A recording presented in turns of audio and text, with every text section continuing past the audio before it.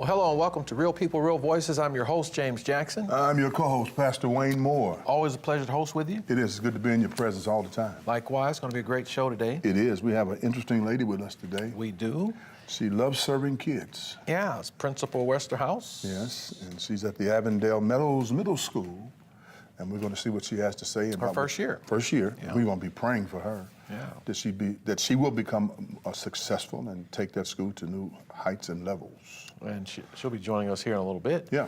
And we want to thank our sponsors, Lee, Castle, and Crowley. The Stewart Mortuary, who does a tremendous job in the city of Indianapolis for over 45 years, helping our city with its bereavement.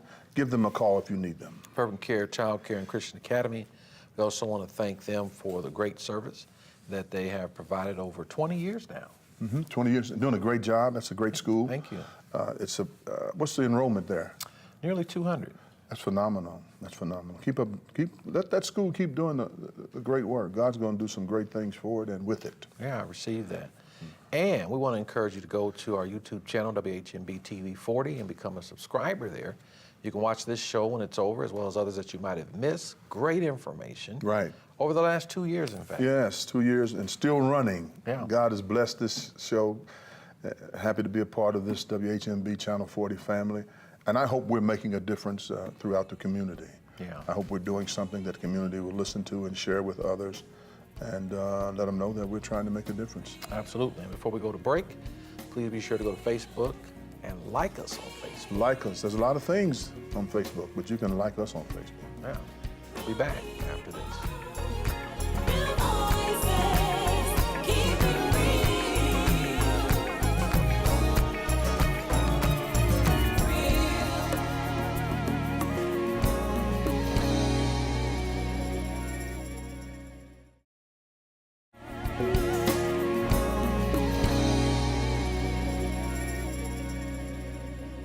Welcome back to Real People, Real Voices, and we're joined by Principal Crystal Westerhouse. How are you? Good? Good. Thanks for Happy joining to us have you, today. Principal Thank you for Westerhouse. having me. Yes. Yeah, tell us about this assignment. This is your first year. However, Absolutely. you're not new to education. I'm not. I have been in education for quite some time. I've been in the public sector, private sector, and now charter sector for a few years here. And so we opened Avondale Meadows Middle School as an expansion of our highly successful elementary school in the Meadows. Avondale Meadows Academy was open for about 14 years now, and so they've had some success, and families were demanding that we opened a high-performing middle school, and so we did that.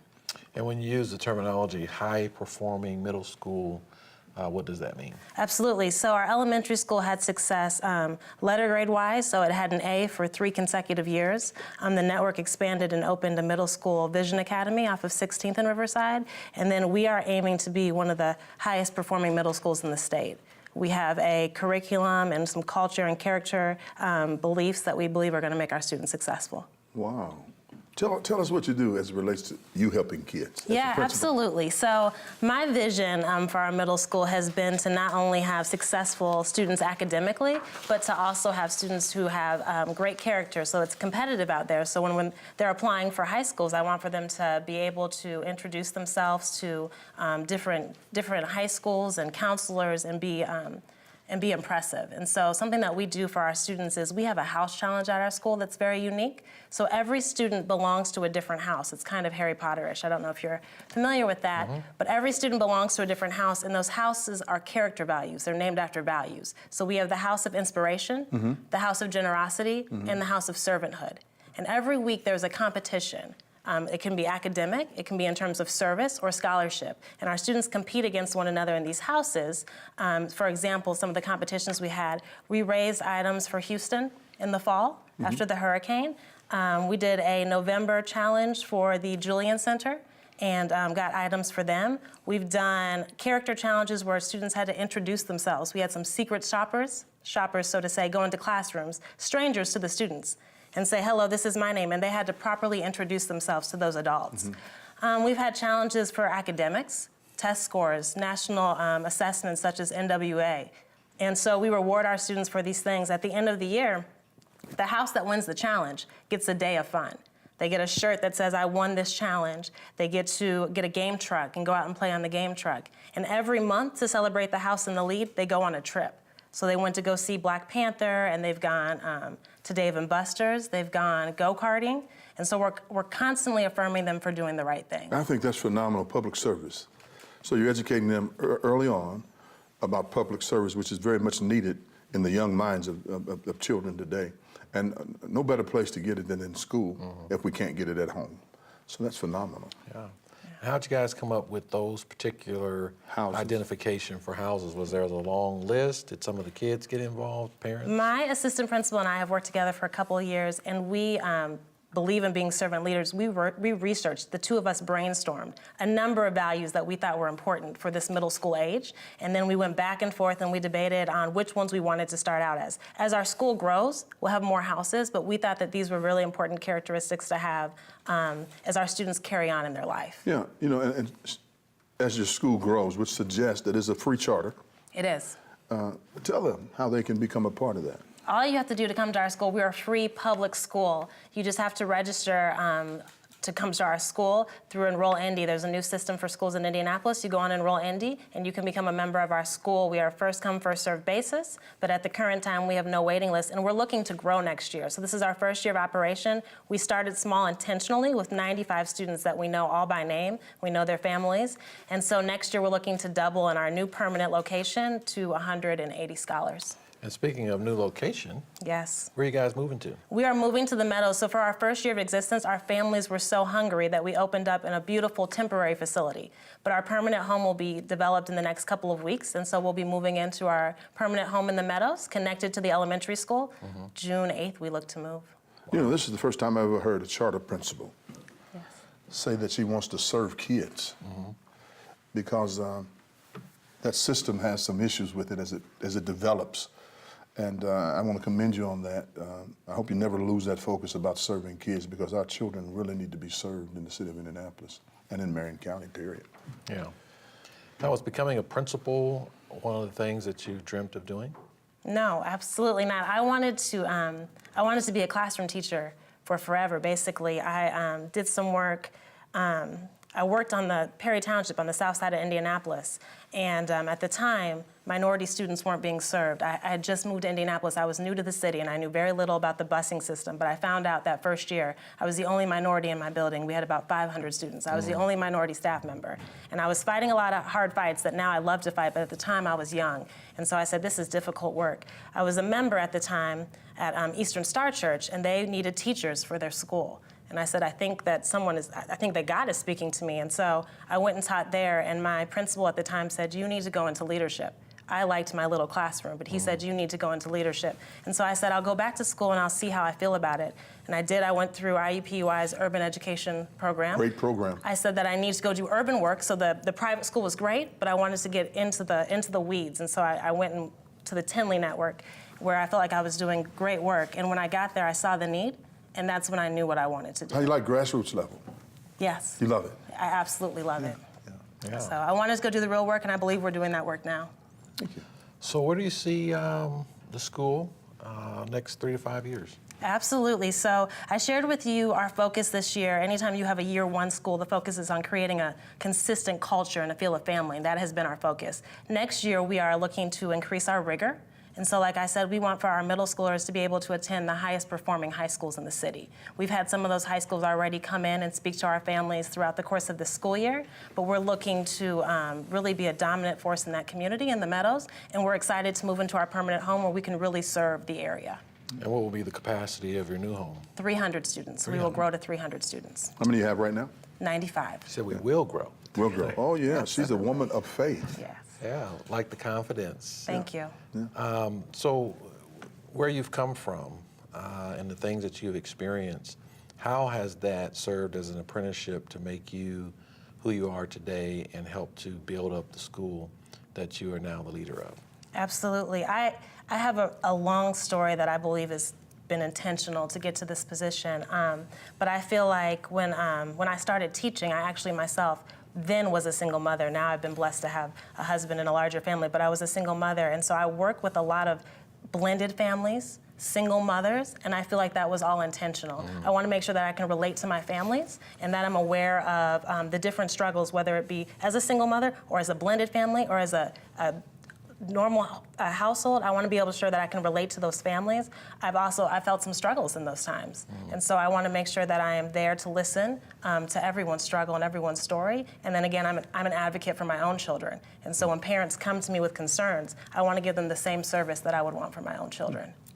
What wraparound services do you have at your school? Absolutely. So we have wraparound services for students. We have counseling. We have a school counselor. Next year we'll have a behavioral coach. We have services for the whole family and just parenting. And then we also most recently had a financial management course at our school for parents who are looking to work on their budget, improve their credit score, buy homes. Yeah, phenomenal. Outstanding.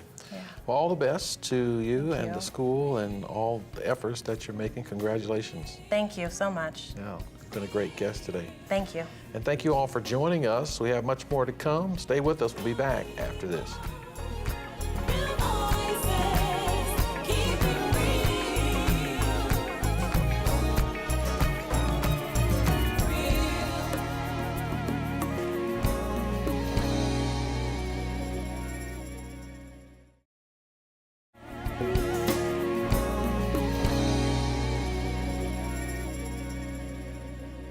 Welcome back to Real People, Real Voices. I'm your host, James Jackson. Your co-host, Pastor Wayne Moore. And Dr. Moore, there are 7 different societal influencers, and we talk about this all the time. There's institutions that have direct impact on the quality of life for the folks who live in Marion County and across central Indiana.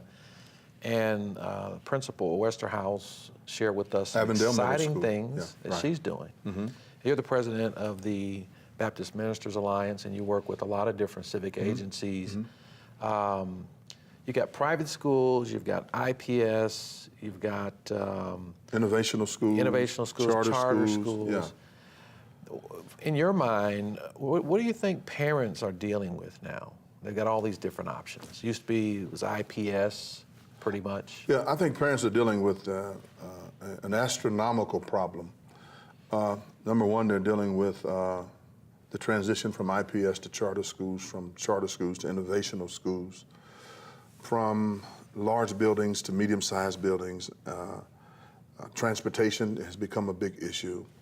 Qualifications of teachers as it relates to charter innovational schools are not what they used to be as it relates to IPS years ago.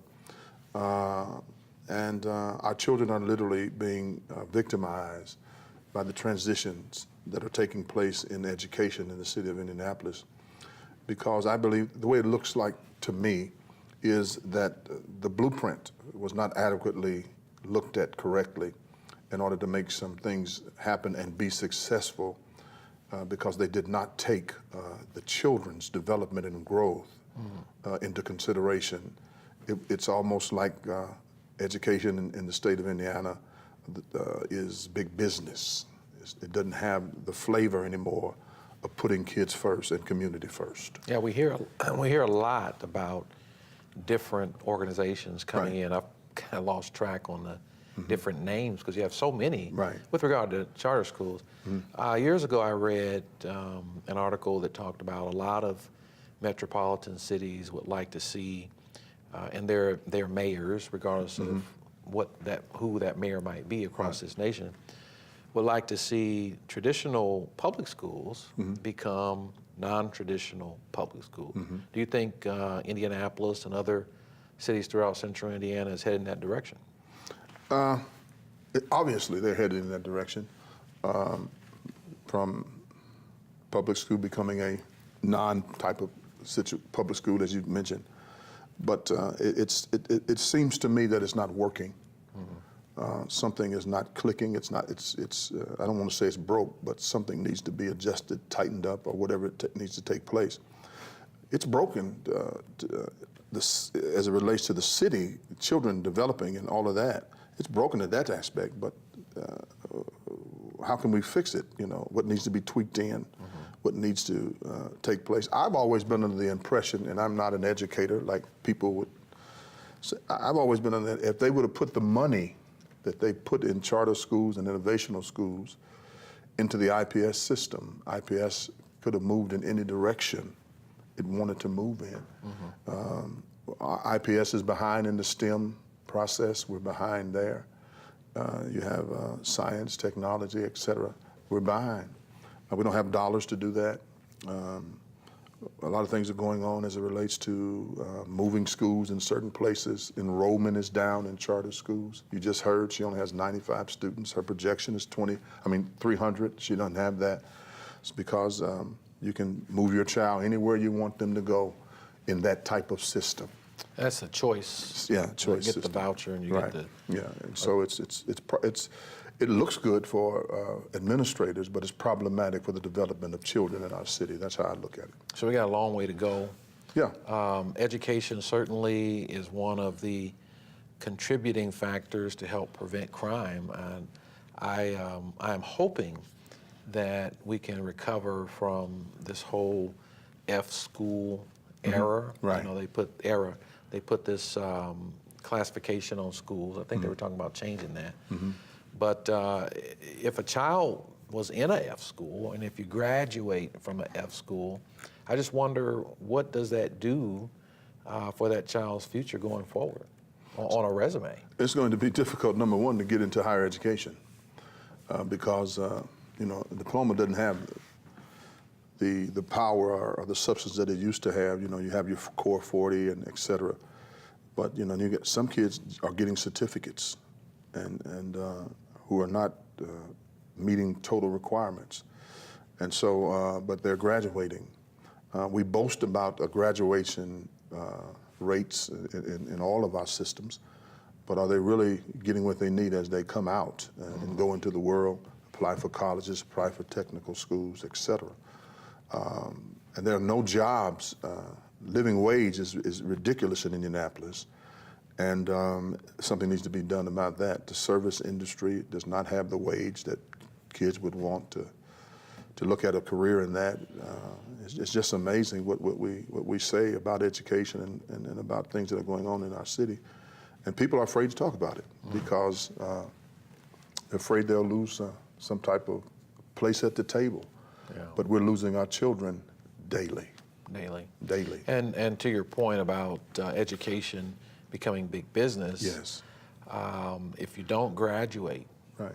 enough children, then you're not going to get the dollars. Right. Nobody's going to give you any money Right. if you're not getting those children out the door. And unfortunately, as you said, many of the children in the city, in the inner city, get a certificate, but that's not going to do anything. It's like rock, paper, scissors. Right. Right. For lack of a better illustration, with someone who has a diploma from a high-performing school. Right, right. And then our state government is, you know, in the process of taking over some things in other jurisdictions. I wonder what that's going to look like. I don't know if that's the right thing to do. I do remember just a few years ago, we took over $12 million from the legislation took over $12 million from IPS and moved it into another jurisdiction that had a higher tax base than the IPS areas. And I didn't understand that either, but that's just how, you know, things work. It's big business. It's big business. It's just about who you know. And we have devalued our children because we are into big business now. And we have to get back back to where we need to be, and that's educating children that they can become productive citizens and not enter crime elements. Yeah. That's what it's about. And I think we should also say to those of you who are watching, stay involved in your child's education from start to finish. And there are groups out there you can speak out with if you have a problem with the education plight in our city. Connect with them, and they're there. Yeah, very, very important. And again, thank you for joining us today. We have a rundown. We joined here just a little bit by Faith McKinney. We'll be back after this.